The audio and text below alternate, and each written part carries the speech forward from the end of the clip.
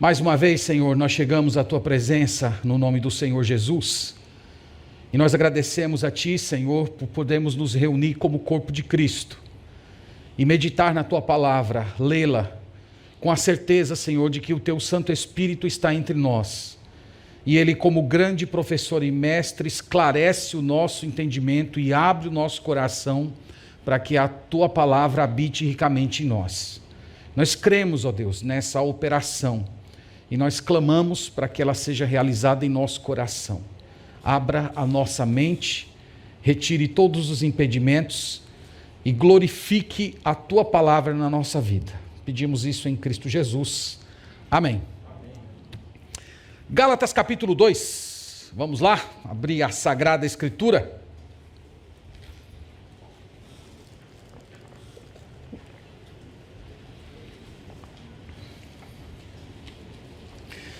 Gálatas capítulo 2.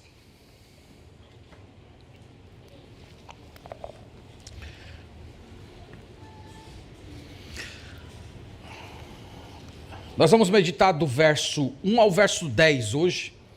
É um texto um pouquinho mais biográfico. Os irmãos sabem que quando o texto é mais doutrinário, a gente reduz um pouco o parágrafo. Mas quando é mais biográfico, isso requer da gente acabar expondo um parágrafo maior. Irmãos, durante mais ou menos 30 anos, houve uma ligação muito forte entre o cristianismo e o judaísmo. Essa ligação era tão forte e evidente nos tempos do Novo Testamento, que as autoridades romanas não enxergavam a igreja cristã como sendo distinta do judaísmo. Isso é uma coisa muito importante para você ler o livro de Atos, porque às vezes, lendo o livro de Atos, você vê os nossos irmãos agindo um pouco como judeus em certas coisas. Durante alguns anos, os cristãos eram percebidos como uma seita judaica. E isso trouxe algumas coisas boas, mas também trouxe alguns fatores complicadores. O lado bom é que os nossos irmãos escaparam da perseguição. Os judeus eram o único povo dominado pelo Império Romano que tinha liberdade religiosa. Todos os outros povos da época que estavam debaixo da autoridade romana, eles podiam ter as suas religiões próprias, desde que eles participassem do culto ao imperador.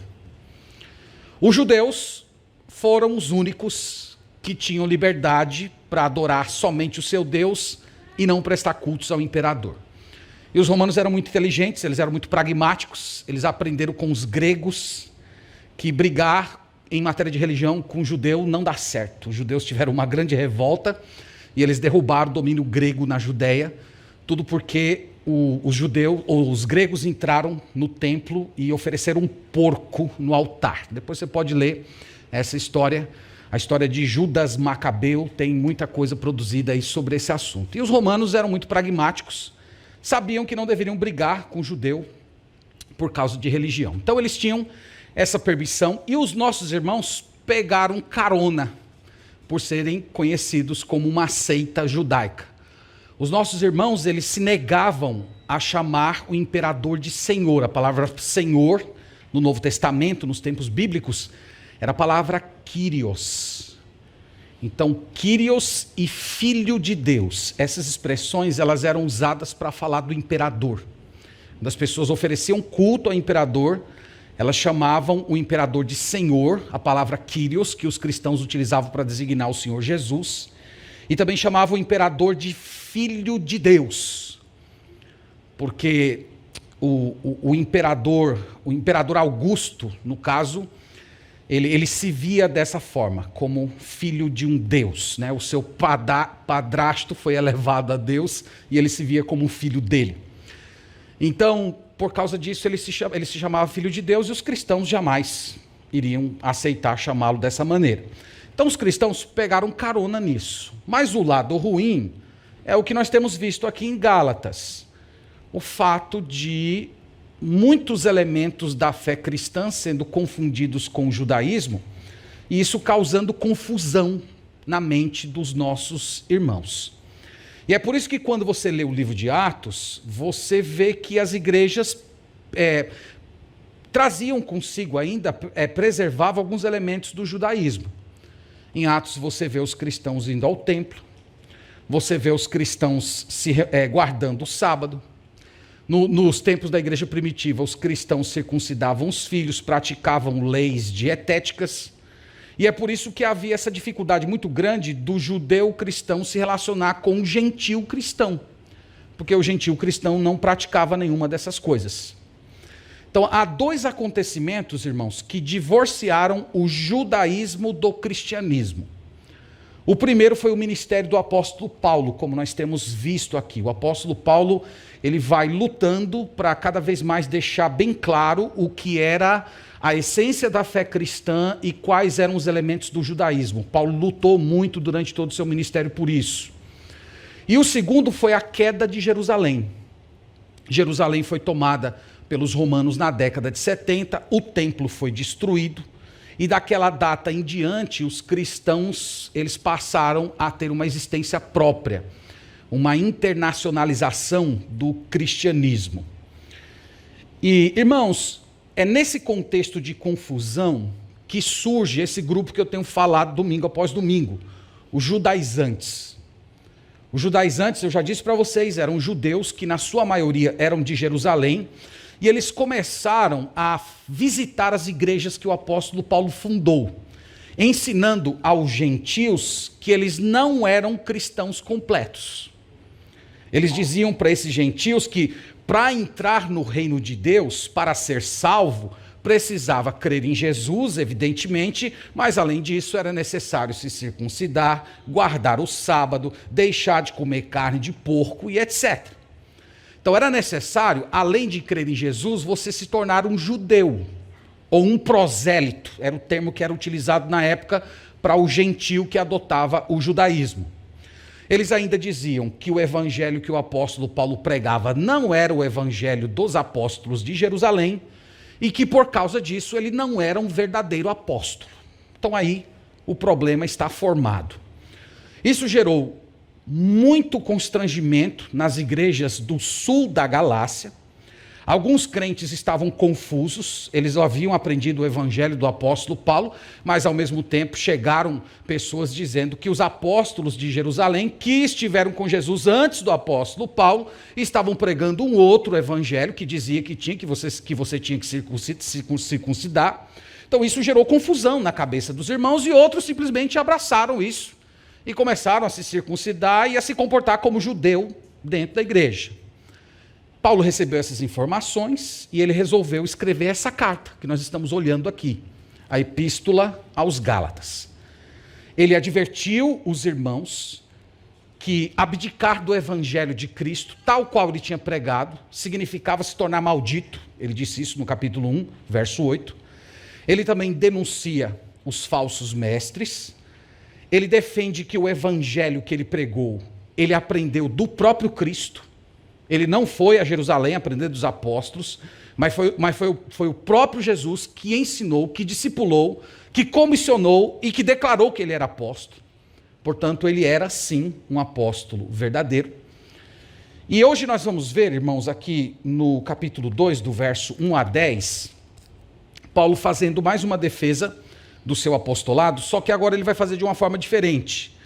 Ele vai mostrar que o evangelho que ele pregava estava em harmonia com o evangelho pregado pelos apóstolos em Jerusalém. Lembra que essa era uma das acusações dos judaizantes. Eles chegavam na igreja e diziam: esse evangelho que vocês ouviram não é o evangelho de Pedro, de João, esse evangelho foi inventado por Paulo, eles não estão dizendo isso. Então Paulo hoje vai mostrar para os irmãos da Galácia que o evangelho que ele pregava era o mesmo evangelho que João, que Pedro pregava, e ele vai provar isso comentando a respeito de uma viagem que ele fez a Jerusalém. Então vamos ler o texto, e à medida que a gente for lendo aqui, os irmãos vão compreendendo.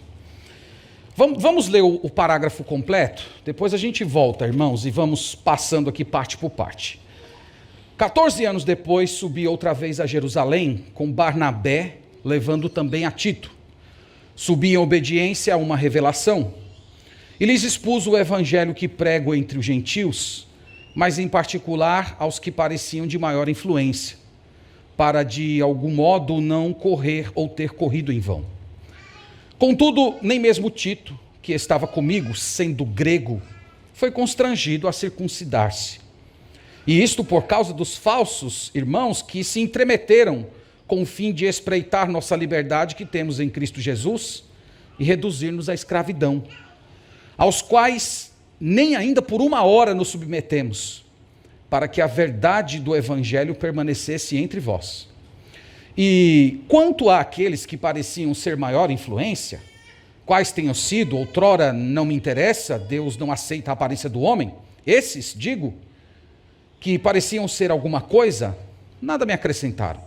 Antes, pelo contrário, quando viram que o evangelho da incircuncisão fora confiado como a Pedro o da circuncisão, pois aquele que operou eficazmente em Pedro para o apostolado da circuncisão, também operou eficazmente em mim para com os gentios. E quando conheceram a graça que me foi dada, Tiago, Cefas e João, que eram reputados colunas, me estenderam a mim e a Barnabé, a destra da comunhão, a fim de que nós fôssemos para os gentios e eles para a circuncisão, recomendando-nos somente que nos lembrássemos dos pobres, o que também me esforcei por fazer. Amém. Como eu disse, irmãos, nesse parágrafo aqui que nós vamos olhar hoje, o apóstolo Paulo vai mostrar para os irmãos da Galácia que as denúncias que estavam sendo feitas, de que o evangelho que ele pregava era um evangelho que ele inventou, que era um evangelho diferente dos apóstolos de Jerusalém, essa acusação não era verdadeira. E ele vai provar isso contando esse relato da visita dele a Jerusalém e como foi o contato dele com os irmãos em Jerusalém. Aqui nós vamos ver que tem muitas coisas que esclarecem o livro de Atos e que nos ajudam a ter uma ideia bem madura a respeito dos conflitos que a igreja enfrentou. Então vamos começar com o verso 1. No verso 1, Paulo narra a ida dele a Jerusalém e o encontro dele com os apóstolos. Então ele começa assim no verso 1. 14 anos depois, subi outra vez a Jerusalém. 14 anos depois de quê? Depois de 3 anos de convertido. É o que está no capítulo 1, versículo 18. Decorridos 3 anos, então subi a Jerusalém para avistar-me com Cefas e permaneci com ele 15 dias. Então lembra, Paulo se converteu ao Senhor Jesus Cristo. Depois que ele se converteu, ele foi para Damasco, ele foi para a Arábia. E essa ida dele à Arábia é muito interessante porque ele foi no Monte Sinai. Isso é uma coisa bem interessante, irmãos, para ser considerada. Lembra que o Monte Sinai foi o lugar do encontro de Deus com Moisés, foi o lugar do encontro de Deus com Elias. Os grandes homens de Deus se encontraram com o Senhor no Sinai. E eu fico imaginando Paulo ali no Monte Sinai, meditando em toda a história de Israel, na lei que ele havia recebido, que o povo de Israel havia recebido, e agora ele com a visão do Cristo ressurreto em mente, e ele fazendo todas as sínteses, como Cristo cumpriu a lei de Moisés, como a lei caducou e etc. E ele volta depois para Damasco, já com a mentalidade muito amadurecida, e então Barnabé o toma e leva ele a Jerusalém. E ali ele tem um contato de 15 dias com Pedro, depois ele volta para Damasco. E aí começa aqui o texto dizendo que 14 anos depois ele foi a Jerusalém. Ele faz questão de fazer essa demarcação de tempo, irmãos, para deixar claro um ponto.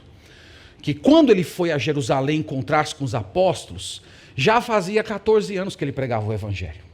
Vocês estão entendendo isso? Isso é importante. Ele já está indiretamente dizendo assim, o mesmo evangelho que eu prego é o evangelho que eles pregam. E o evangelho que eu prego eu não aprendi deles, eu aprendi do próprio Cristo. E a prova disso é que nós só fomos sentar para ver a harmonia das nossas mensagens depois de 14 anos. Então ele disse que foi depois de 14 anos e ele levou 2 companheiros com ele. Isso aqui também é importante. Ele levou Barnabé e Tito. Barnabé é um dos sujeitos mais extraordinários do Novo Testamento. Infelizmente tem pouca informação a respeito dele. Mas foi Barnabé meio quem comprou a ideia de vender o apóstolo Paulo no bom sentido da palavra.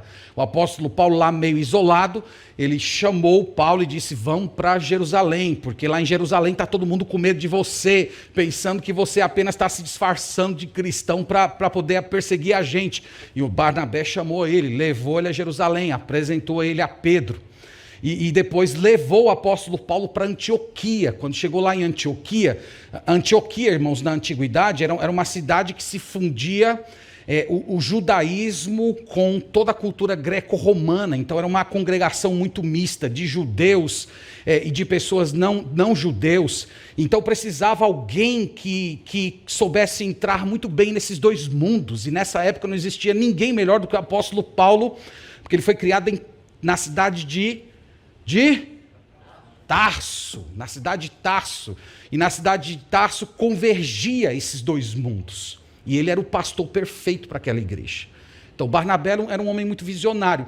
E no livro de Atos, Lucas faz questão de mostrar como o Barnabé foi cedendo lugar a Paulo. Na narrativa vai dizendo assim, e Barnabé, e Paulo, e Barnabé, e Paulo, e Barnabé, e Paulo. De repente começa, Paulo e Barnabé, Paulo e Barnabé, Paulo e Barnabé. Até o autor mostrando que naturalmente o apóstolo Paulo foi assumindo uma posição de proeminência. Ele é um sujeito extraordinário.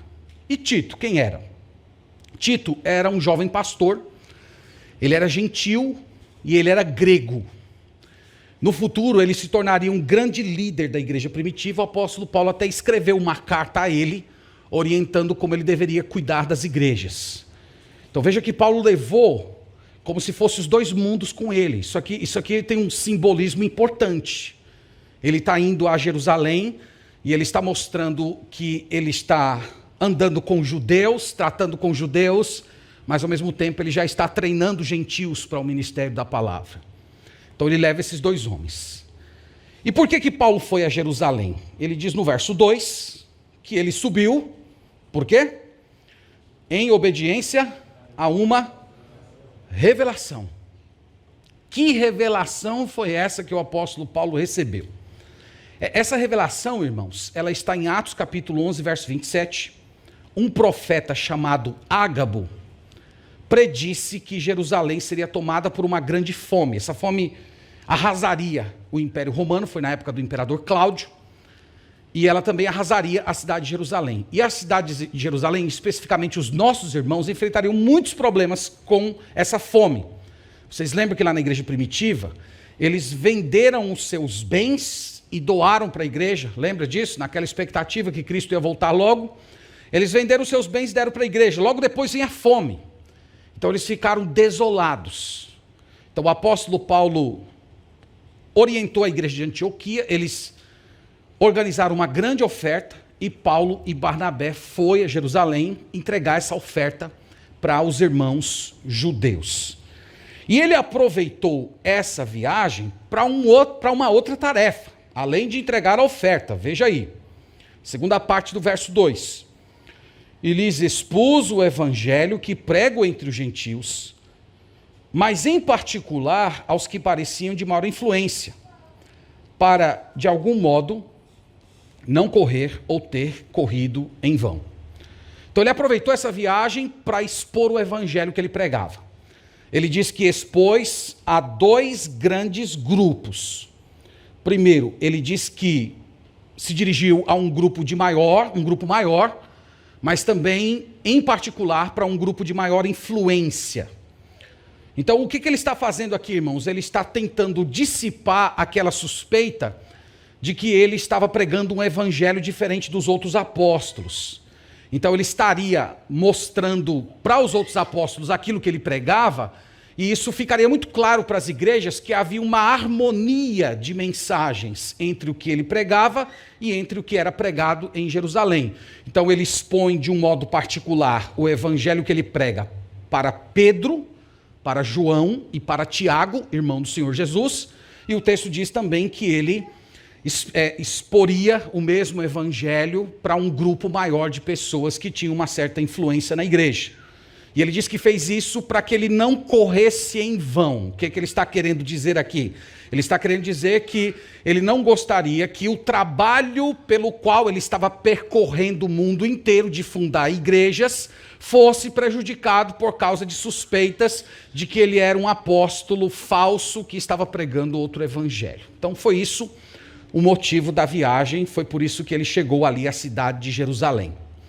O que aconteceu nessa viagem? Verso 3. Em uma palavra, aconteceu uma treta. Verso 3, veja aí. Primeiro ele começa com uma parte boa. Contudo, nem mesmo Tito, que estava comigo sendo grego, foi constrangido a circuncidar-se. Vocês vejam que ele levou Tito de propósito, e ele levou Tito não circuncidado.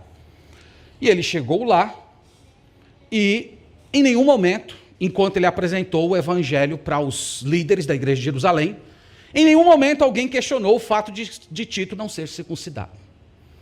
Então, qual é o ponto aqui, irmãos, do apóstolo Paulo? O apóstolo Paulo já está deixando claro o seguinte: olha, meus irmãos, se a prática mosaica da circuncisão fosse obrigatório para todo aquele que se converteu, Tito, quando foi a Jerusalém comigo, que eu estive diante das autoridades de Jerusalém, expus o evangelho que eu pregava, certamente aqueles 3 grandes homens, aqueles 3 grandes pastores teriam exigido que eu circuncidasse Tito. Mas isso não aconteceu, não houve nenhum tipo de constrangimento, ninguém requereu dele esse tipo de coisa. Então aqui ele já está deixando claro, indiretamente, eu acho que vocês estão compreendendo o ponto, que a acusação dos judaizantes era mentirosa.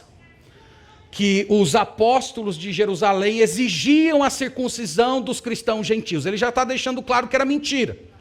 Se fosse verdade, eles teriam exigido que Tito fosse circuncidado.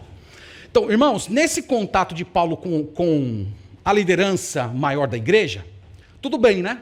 Pregou o evangelho, ninguém constrangeu Tito, tudo tranquilo. Mas quando chegou no grupão maior, aí aconteceu a treta. Verso 4 e verso 5, olha aí. E isto por causa dos falsos irmãos que se entremeteram com o fim de espreitar a nossa liberdade, que temos em Cristo Jesus, e reduzir-nos à escravidão, aos quais nem ainda por uma hora nos submetemos, para que a verdade do evangelho permanecesse entre vós. O jeito que Paulo fala aqui, irmãos, parece mais ou menos o seguinte: enquanto ele estava ali, só no gabinete pastoral de Pedro, conversando ali com a liderança, estava tudo tranquilo. Mas de repente ele foi se dirigir para um grupo maior. E quando ele se dirigiu a esse grupo maior, ele fala que algumas pessoas aqui, que ele chama de falsos irmãos, eles se entremeteram na reunião. Para fazer o quê? Espreitar a nossa liberdade em Cristo e reduzir-nos à escravidão. Nós não sabemos direito o que foi que aconteceu ali, mas dá para imaginar mais ou menos o que ocorreu naquela fatídica reunião. Então imagina Paulo expondo o evangelho, pregando o evangelho, Cristo nos libertou da lei, Cristo cumpriu a lei no nosso lugar, a salvação é pela fé na obra do Senhor Jesus Cristo, e aí o pessoal ouvindo, certo, Paulo, mas quem é esse rapaz aí? Ah, esse rapaz aqui é Tito, ele é da Grécia e tal, sim, mas ele é circuncidado? Não, ele não é circuncidado. Jesus Cristo, ele cumpriu a lei no nosso lugar, ele não exige circuncisão para entrar no reino dele. E aí o embate começou. Talvez aqueles homens falando que Paulo estava fazendo algo absurdo, como é que ele poderia estar preparando um pastor gentil, sem exigir dele circuncisão, e Paulo brigando, dizendo que aquilo estava errado, que Cristo cumpriu a lei no nosso lugar, que a salvação é pela graça de Deus, por meio da fé no sacrifício de Cristo, e aqueles homens chamando Paulo de inimigo de Moisés, tem essa acusação aqui na carta. E Paulo se volta para eles e chama eles de agentes do inimigo, né? Pastor, como é que você sabe que ele chamou ele de agentes do inimigo? Por causa dessa palavrinha aqui, do verso 5, espreitar. Essa palavra espreitar, ela significa literalmente traidores. São traidores que se venderam ao inimigo e estão agindo como agentes do inimigo infiltrados no nosso meio para nos destruir. Esses são os que Paulo chama de falsos irmãos. Paulo os acusa de estarem querendo escravizar os gentios. O que significava escravizar os gentios? Colocar sobre os gentios o peso de terem de cumprir a lei de Moisés para entrarem então no reino de Cristo. E essa briga, irmãos, foi grande. O apóstolo Paulo diz que resistiu a cada um deles e nem por uma hora nós nos submetemos. Ele disse isso, olha, nós não abrimos mão daquilo que nós defendíamos em momento nenhum.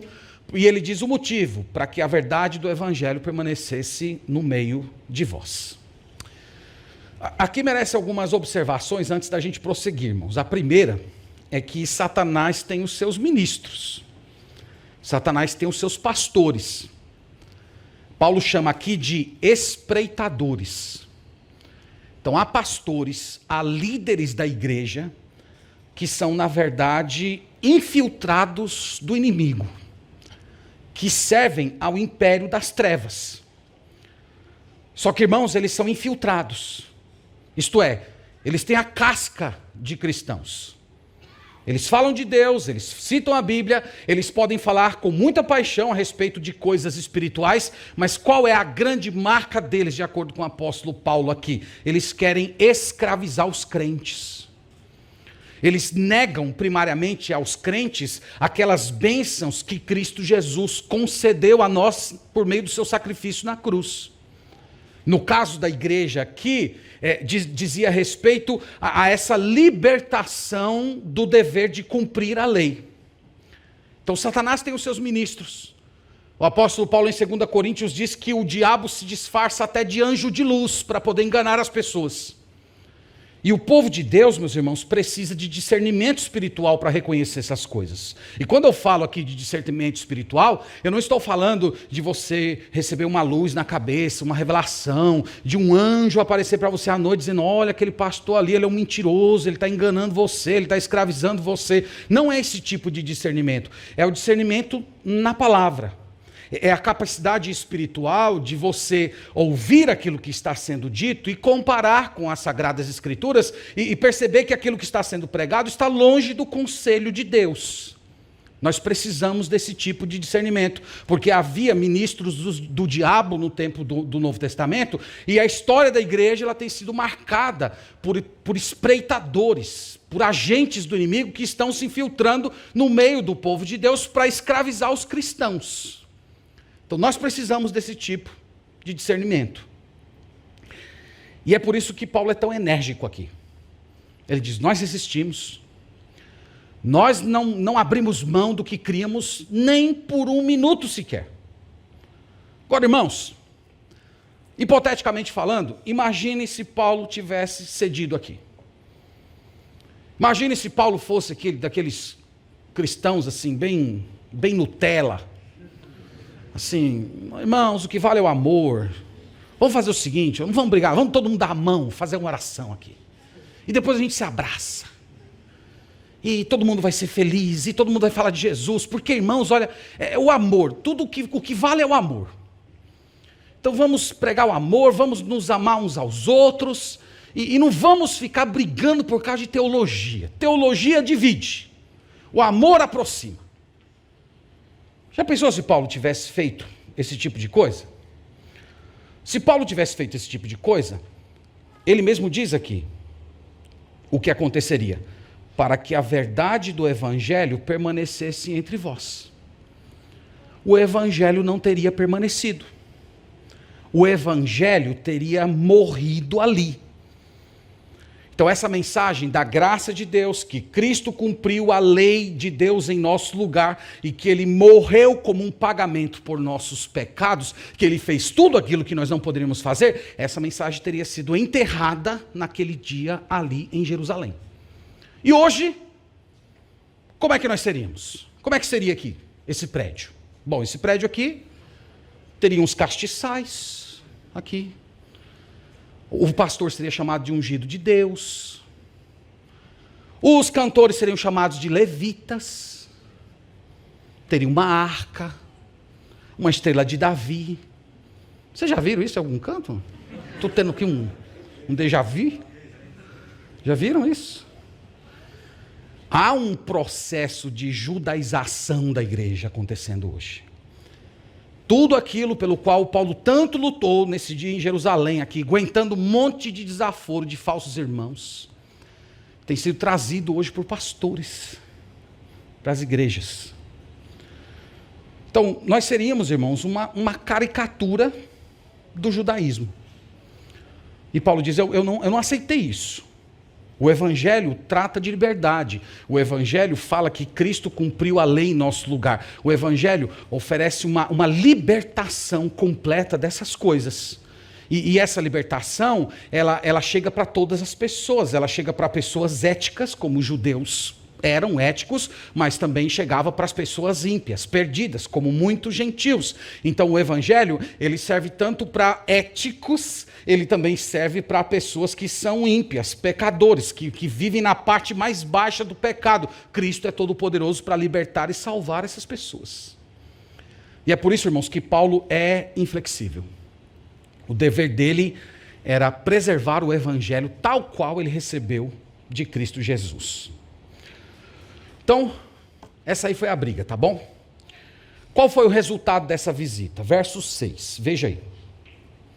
Primeiro ele diz assim: e quanto àqueles que pareciam ser de maior influência, quais tenham sido outrora não me interessa, Deus não aceita a aparência do homem, esses digo, que me pareciam ser alguma coisa, nada me acrescentaram. Aqui, irmãos, vocês estão vendo o tom de Paulo. Paulo é um pouco irônico, né? Ele é um pouco sarcástico. Numa primeira leitura, parece que ele está falando com um certo desprezo. Aqui ele está falando de Pedro, ele está falando de João, ele está falando de Tiago. Então, os que eram de má influência não me acrescentaram nada. Parece um certo desdém. Mas na verdade, irmãos, não é isso. Ele simplesmente quer dizer que eles nada acrescentaram no sentido da mensagem dele. Então, quando ele colocou o evangelho que ele pregava e ele ouviu o evangelho que era pregado pelos apóstolos que estiveram no ministério terreno de Jesus, ele viu, não tem nada a ser acrescentado. É a mesma pregação. E é óbvio que tinha que ser assim, porque eles ouviram do mesmo Cristo. Os 12 ouviram no ministério terreno de Jesus, e Paulo ouviu depois do Cristo ressurreto, mas eles ouviram da mesma fonte. Então, nada foi acrescentado. Eu queria chamar a sua atenção para o fato aqui, quando ele chama o Tiago, Cefas e João de colunas, no verso 9.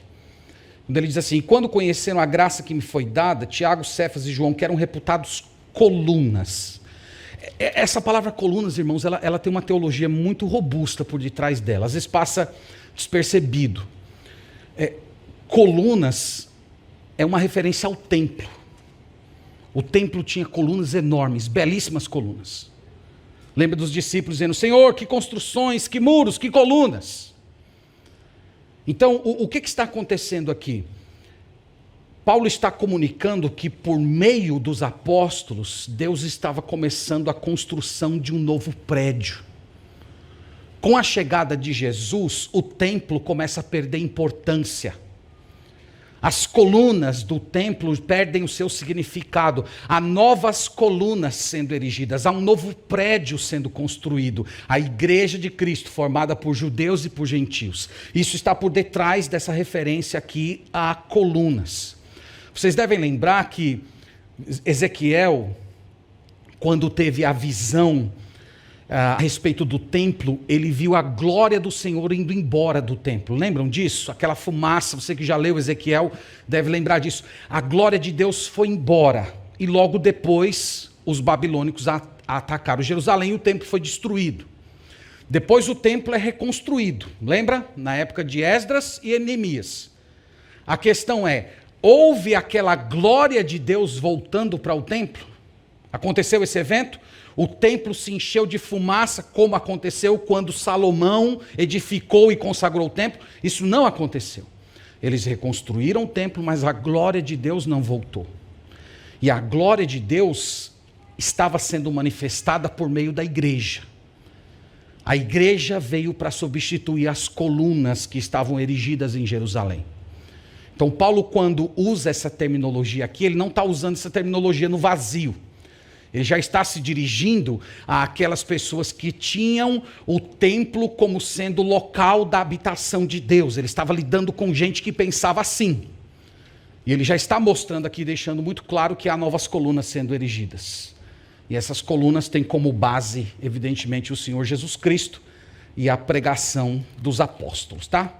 Fechado esse parêntese, do verso 7 ao verso 9, Paulo fala que o resultado dessa visita foi que os apóstolos reconheceram o seu apostolado e também estenderam a mão da comunhão para Tito e Barnabé. Veja que é isso que ele diz no verso 7. Ele fala assim: antes, pelo contrário, quando viram que o evangelho da incircuncisão me fora confiado, como a Pedro o da circuncisão, o que ele está querendo dizer aqui? O evangelho da incircuncisão é o evangelho pregado aos gentios, é o evangelho pregado aos não-judeus, enquanto Pedro recebeu o ministério da circuncisão, isto é, um foco ministerial mais voltado para os judeus, é isso que ele quer dizer. Verso 8, ele faz um parêntese aqui para explicar melhor o que ele quer dizer. Pois aquele que operou eficazmente em Pedro para o apostolado da circuncisão, também operou eficazmente em mim para com os gentios. Então, quem foi que separou Pedro para o apostolado direcionado aos judeus? Foi Cristo. E Paulo está dizendo, o mesmo Cristo que o separou ele para os judeus, também me separou para os gentios. E no verso 8, e quando conheceram a graça que me foi dada. Essa linguagem de Paulo é muito repetida nas cartas dele. A graça que me foi dada. Qual foi a graça que Deus concedeu ao apóstolo Paulo? O apostolado. Então, quando reconheceram a graça que me foi dada, Tiago, Cefas e João, que eram reputados colunas, me estenderam a mim e a Barnabé, a destra da comunhão, a fim de que fôssemos para os gentios e eles para a circuncisão. Então, o que está acontecendo aqui? Eles estenderam a destra da comunhão, isto é, eles foram acolhidos como irmãos verdadeiros, como apóstolos verdadeiros, eles foram acolhidos como pessoas leais ao evangelho. A única definição aqui foi do foco ministerial. O foco ministerial de Pedro seria mais voltado para os judeus, enquanto Paulo seria mais para os gentios. Agora, irmãos, isso é uma questão de foco, isso não é uma coisa absoluta. Você que já leu Atos com atenção, lembra que Paulo chegava numa cidade, qual era a primeira pregação dele? Para os judeus. O que acontecia com os judeus? Os judeus enxotavam ele. Quando enxotavam ele, ele fazia o quê? Batia lá os seus pés, dizia, não quero ouvir, pois eu vou pregar para os gentios. Então isso era o foco ministerial.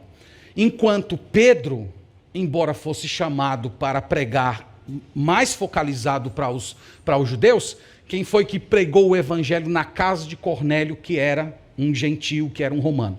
Foi Pedro.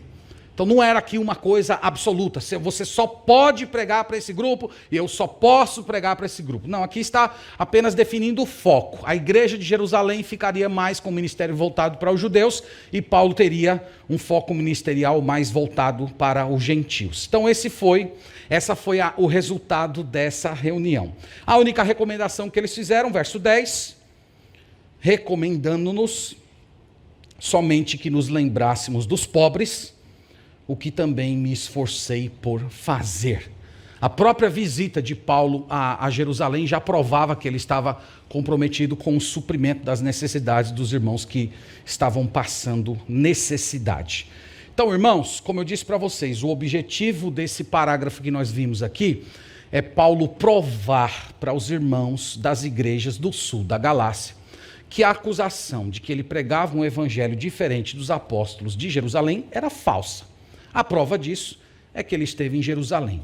E quando ele esteve em Jerusalém, ele se sentou com as lideranças e foi percebida uma harmonia entre as duas pregações.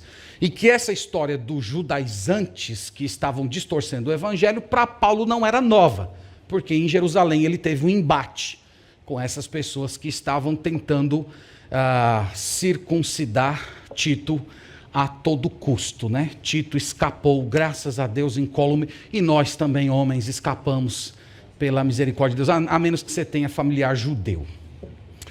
Bom, meus irmãos, eu quero trazer algumas lições aqui para a gente, e aí nós vamos orar. A primeira lição, e é a mais óbvia, a central da passagem, é que só há um evangelho. Só há uma mensagem do evangelho. A mensagem do evangelho é: o Senhor Jesus morreu como um pagamento por pecadores, ele ressuscitou ao terceiro dia como prova que o Pai aceitou o seu sacrifício, ele aceitou-se à direita de Deus e um dia ele virá jogar o mundo, o diabo e todo o pecado, e que todo aquele que der as costas ao seu pecado e crer que a sua morte foi um pagamento por si, essa pessoa terá vida eterna. E tudo isso por causa da misericórdia de Deus, sem a necessidade de qualquer prática religiosa ou ética pessoal. Essa é a mensagem do evangelho. E só há um evangelho. E essa passagem aqui, irmãos, ensina que a destra da comunhão cristã só deve ser estendida para aqueles que sustentam essa mensagem. Só são nossos irmãos as pessoas que sustentam essa mensagem. Essa mensagem é a base da comunhão cristã. A base da comunhão cristã não é amizade, a base da comunhão cristã não é afetividade, a base da comunhão cristã é a verdade. E nós devemos ser tal qual o apóstolo Paulo e não negociar de nenhuma maneira esse valor. E todos aqueles que negam o evangelho, seja através de palavras, seja através de ações, essas pessoas são falsos irmãos. Vocês estão vendo, irmãos, que assim, o apóstolo Paulo ele não alisava muito, ele chamava pau de pau, pedra, pedra, grama é grama, ele colocava as coisas muito bem claras. E quanto aos falsos mestres, essa passagem aqui ensina que é nosso dever reconhecer essas pessoas, denunciar essas pessoas, advertir essas pessoas e denunciar essas pessoas. A nossa postura tem que ser como a de Paulo, quando ele disse assim: nem por um momento nós cedemos. Então, o evangelho é inegociável, em nenhuma circunstância. Então, você ficar calado, você ficar imóvel, enquanto o evangelho vai sendo diluído, isso não significa que você é uma pessoa da paz. Isso significa que você é um covarde. Então, o evangelho deixa isso muito claro. E, meus irmãos, na nossa geração, há algumas maneiras muito sutis de distorcer o evangelho. A primeira delas, que talvez seja mais conhecida, é por meio da omissão dos aspectos impopulares do evangelho. Então há certos aspectos do evangelho que são impopulares aos ouvidos humanos. A ideia de que Jesus é o único caminho, a verdade e a vida. Isso é uma coisa impopular. Numa era em que se fala que todos os caminhos levam a Deus, você dizer Jesus é o único caminho, isso é uma coisa impopular. Você dizer para alguém assim: por mais que você se esforce, por mais que você seja uma boa pessoa, por mais que você seja um bom cidadão, se você não crer em Jesus, você será condenado eternamente, do mesmo jeito que o pior bandido desse mundo será condenado. Isso é uma coisa ofensiva. E às vezes nós distorcemos o evangelho por omitir essas coisas do pecador. Jesus nunca fez isso, os apóstolos nunca fizeram isso. Algumas pessoas diluem o evangelho quando elas escondem da pessoa que está ouvindo o preço do discipulado. Lembra de Jesus dizendo: aquele que quiser tornar-se meu discípulo, tome a sua cruz e siga-me. Então você fala do céu, mas você não fala da cruz. Tem uma cruz para você carregar. A pessoa diz: eu já tenho meu filho. Tá bom, então seu filho tá bom. Já é uma cruz suficiente. Não é. É essa ideia de que você tem que morrer para si mesmo. Você tem que morrer todo dia. Você morre para as suas vontades. É obediência absoluta. Lealdade completa. Quando a sua vontade chocasse com a vontade de Jesus, é a vontade de Jesus que tem que prevalecer. Essas coisas, meus irmãos, elas são impopulares. Quando você fala da ira de Deus, quando você fala do inferno de tormentos, todas essas coisas chocam as pessoas. E novamente, irmãos, nós distorcemos, nós diluímos o evangelho quando nós omitimos essas verdades tão importantes para o pecador endurecido, de que ele precisa crer no Senhor Jesus Cristo. Outras maneiras sutis de distorcer o evangelho é você atrelar a salvação ao batismo nas águas. Tem gente que faz isso.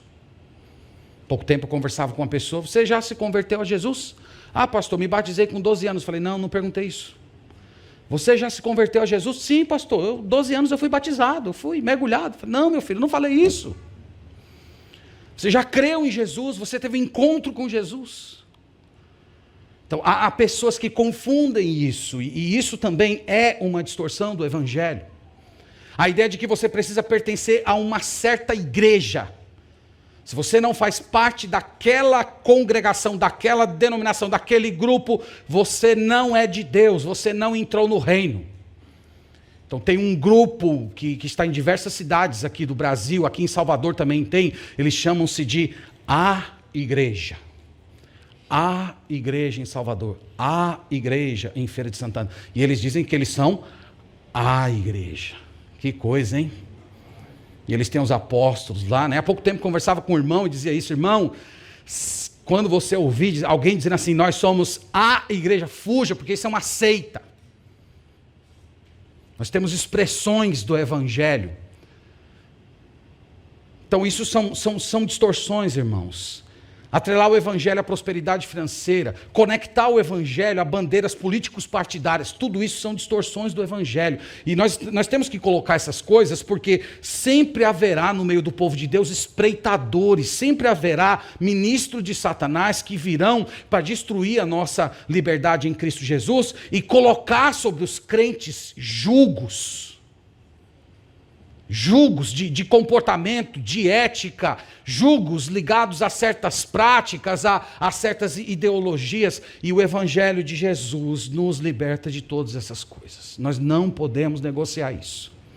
Se nós negociarmos isso, se nós abrirmos mão dessas coisas, a nossa igreja vai deixar de ser igreja. É muito melhor a gente fechar as portas da igreja e fazer qualquer outra coisa da vida do que continuarmos mantendo uma comunidade na qual o evangelho é distorcido.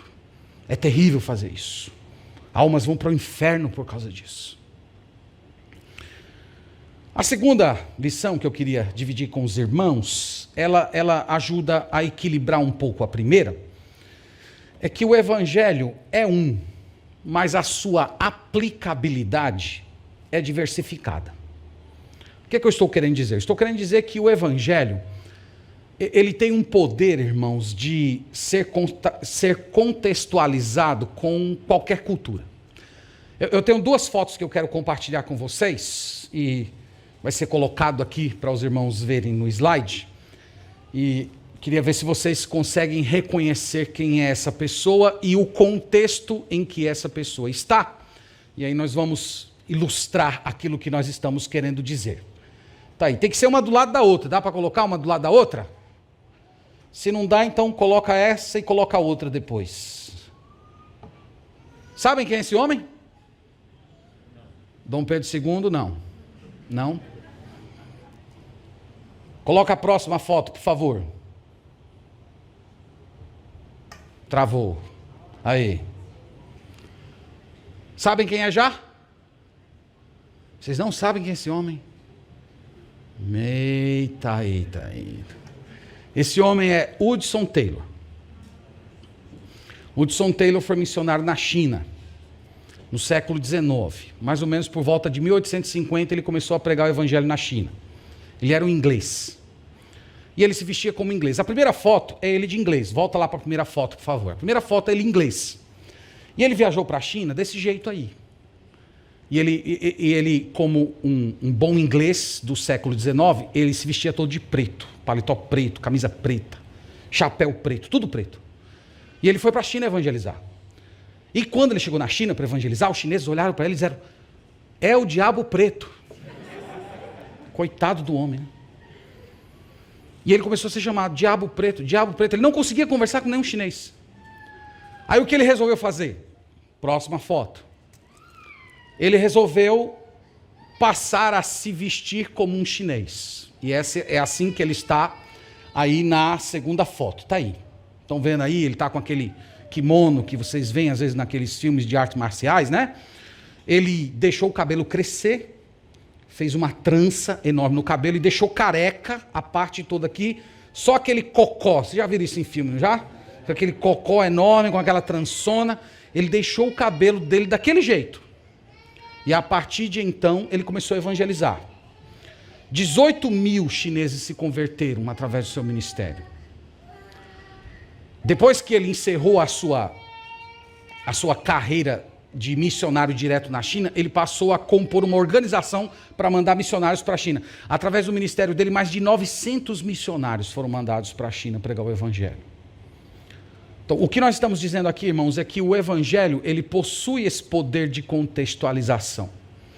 Hudson Taylor não poderia fazer isso se ele fosse um judeu. Um judeu terá muita dificuldade de pregar a mensagem dele numa comunidade em que as pessoas só comem carne de porco. Que ele só vai ser recebido em casa se ele aceitar um jantar para comer carne de porco, bacon assado, presunto. Vai ter muita dificuldade. O evangelho, ele possui esse tipo de capacidade. Então, no caso de um judeu cristão, que circuncidasse o seu filho, que não comesse carne de porco, apenas como um fator identificador da sua cultura, não por causa de fins religiosos, mas apenas como uma forma de preservar a sua história, o apóstolo Paulo não teria nenhum problema com isso. Ele até fala que quando ele estava com um judeu, ele se comportava como se fosse um judeu. Ele chegava lá na casa do judeu, ele não ia chamar o judeu para comer picanha de porco. Ele sabia disso. E quando ele estava com um gentil, ele também não via nenhum problema ele comer qualquer tipo de carne. Então o evangelho, irmãos, possui esse tipo de capacidade de entrar na cultura e de interagir com a cultura. O evangelho só se choca com uma cultura quando uma cultura apresenta elementos que são anti-Deus. Por exemplo, algumas tribos indígenas, vocês sabem disso, que quando uma mãe tem filhos gêmeos, um desses filhos precisa ser enterrado vivo, porque é o demônio. Então os cristãos, quando chegam, eles pregam a mensagem de Jesus Cristo, dizendo que a vida humana tem valor, e que aquilo não é um demônio, aquilo é um bebê, aquilo é uma vida, foi criada à imagem e semelhança de Deus. E aí vem a FUNAI atrapalhar tudo isso e expulsar os missionários. Tem acontecido muito no Brasil, deu uma aliviada aí nesses últimos anos, mas alguns anos atrás, os cristãos missionários estavam sendo muito perseguidos pela FUNAI, acusados de acabar com a cultura indígena. Então, o evangelho, irmãos, ele possui essa capacidade. E eu estou colocando essa reflexão porque esse desafio que o apóstolo Paulo enfrentou, ele continua sendo repetido hoje. Cada geração precisa repensar essas questões novamente. Qual deve ser o nosso engajamento com a cultura? Qual é a melhor expressão do evangelho na nossa cultura? Alguns anos atrás, a maneira ordeira de um homem se comportar no culto era usando paletó e gravata. Talvez alguns dos irmãos, mais idosos pegaram essa época. Se você fosse um crente fiel, comprometido, com a ordem no culto, você viria para os cultos de paletó e gravata. Hoje, isso perdeu completamente o sentido. Mas isso não significa que o aspecto ordeiro acabou.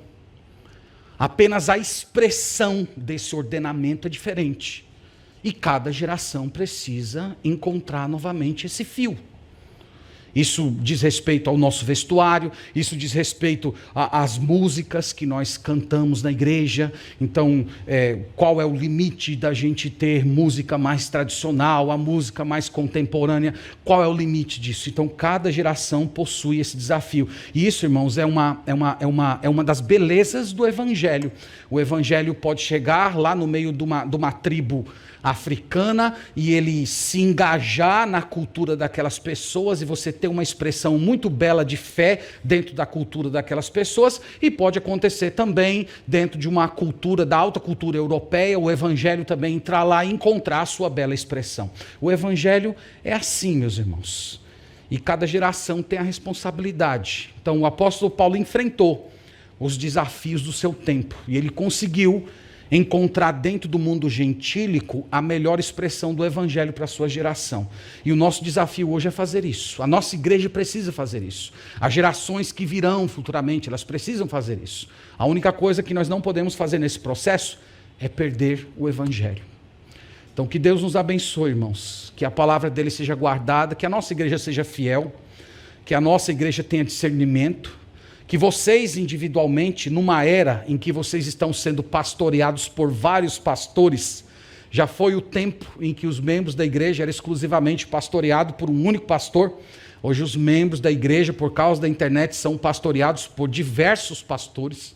Então que Deus dê discernimento a vocês, para poder separar a aparência da fala bonita, dos jargões evangélicos, do conteúdo, se o conteúdo tem evangelho, se aquilo é um pastor de fato de Deus ou é simplesmente um ministro do diabo que veio para causar confusão e engano e escravização do povo de Deus. Que o Senhor nos abençoe e tenha misericórdia de nós. Amém. Vamos orar. Obrigado, Senhor, graças te damos por tua palavra. Obrigado pelo teu amor, bondade, fidelidade. Obrigado por homens do calibre do apóstolo Paulo, que não tiveram medo, que foram corajosos no seu tempo e enfrentaram sem vacilar aqueles que estavam tentando distorcer o evangelho. E louvamos o teu nome porque ao longo da história o Senhor tem levantado muitas outras pessoas com esse comprometimento. E hoje nós temos o privilégio de receber essa bela tradição do Evangelho do Senhor Jesus Cristo sendo preservado por meio da Escritura e também por meio de lábios de homens fiéis. Agradecemos por nossa igreja, porque o Senhor também tem abençoado ela durante esses anos com homens que pregaram o Evangelho. E nós pedimos, Senhor, nessa noite por discernimento, por capacitação espiritual, que o Senhor nos dê a percepção dos falsos mestres, dos pastores do império das trevas, daqueles que estão determinados a escravizar o povo de Deus, colocando essas pessoas debaixo de um jugo que o Senhor Jesus Cristo já as libertou. Tem misericórdia, Senhor. Dá discernimento ao teu povo. Nós também pedimos, ó Pai, por esse processo de judaização da igreja, que tanto transtorno tem trazido para o teu povo. Enganado muitos, distorcido pensamentos, e vendo hoje, Senhor, pessoas do teu povo voltando para a época do Antigo Testamento, para todas aquelas coisas que eram apenas sombras de Cristo e que caducaram nele.